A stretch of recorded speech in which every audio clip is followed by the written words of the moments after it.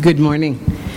Thank you for the honor to be up here to speak with you this morning to share some of Jeffrey's problems over the years. As mentioned, I am the proud mother of a son with spinal muscular atrophy who has had many challenges over the years finding employment.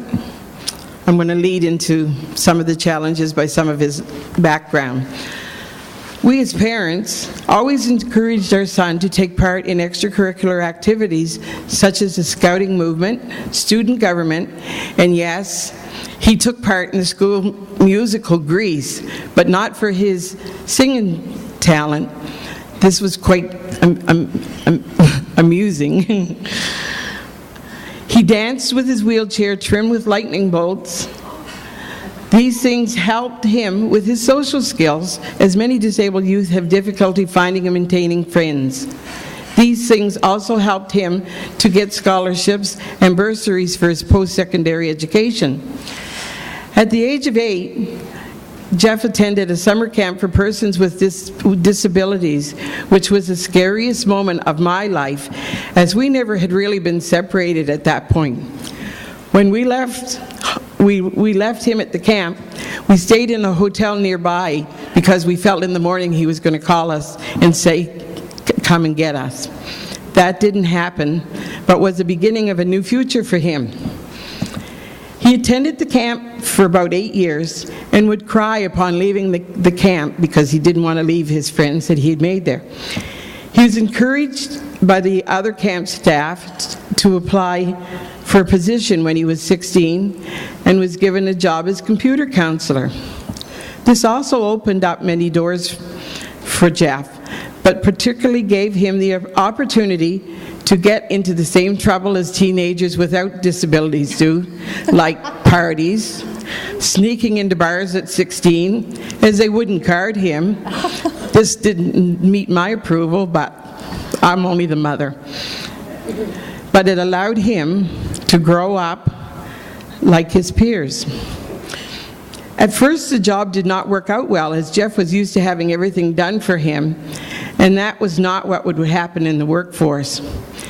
His performance appraisals were not favorable. I don't know if his boss is here or not, but anyway. And upon applying for a second year, was refused at first, but given the job back because the person that got the job turned it down. This was definitely an eye-opener for him, and he picked his socks up, so to speak, and held the position for several summers. Having been employed at an early age put Jeff at an equal playing field with his peers without disabilities. After graduating from university with his BBA, he applied for several jobs with no success, as people could not see beyond the wheelchair.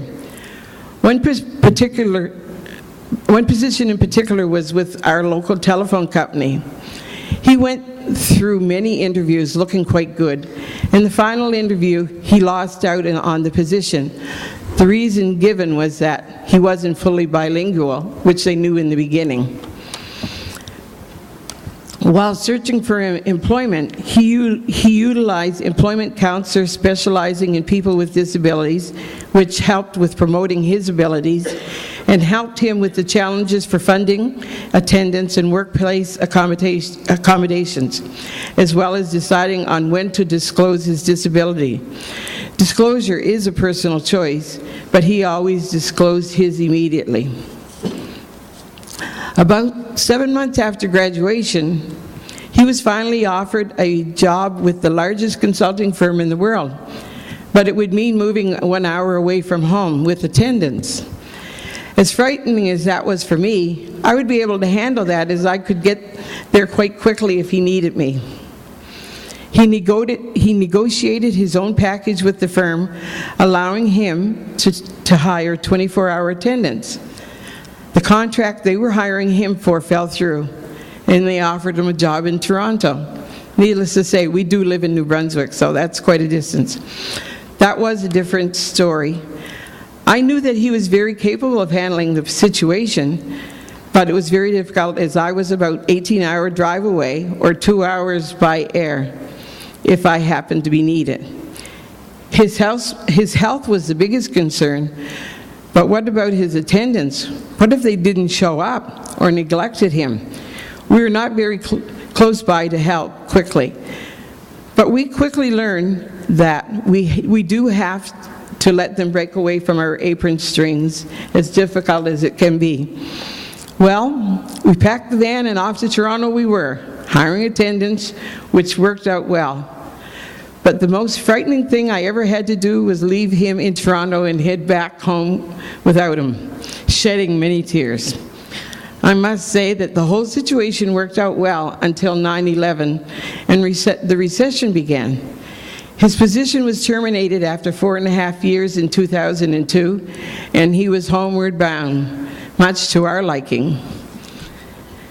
This had been a win-win situation for both Jeff and his employer, as he gained a lot and the company gained, as co-workers saw what he could do with his disabilities and tried harder themselves. He showed up for work in snowstorms while others would not.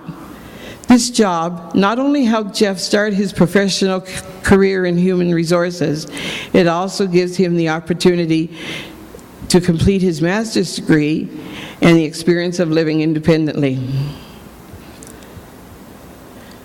Jeff also trained his co-workers on how to relate with people with disabilities to make them more comfortable.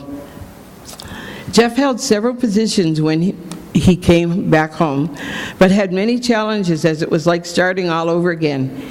He advocated successfully for 24-hour attendant care from the provincial government by showing them the business case that providing his attendants at home and work would far outweigh the costs of any other alternative.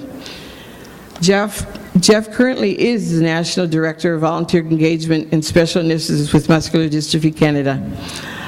I could not imagine Jeff not working, as he would not handle it very well. His mind is always working, even though he is limited physically and confined to a wheelchair. If I could give you words of encouragement, it would be to fight for your needs, don't take no for an answer, and follow your dreams. Anything is possible if you put your mind to it. Set your goals and don't give up. Thank you.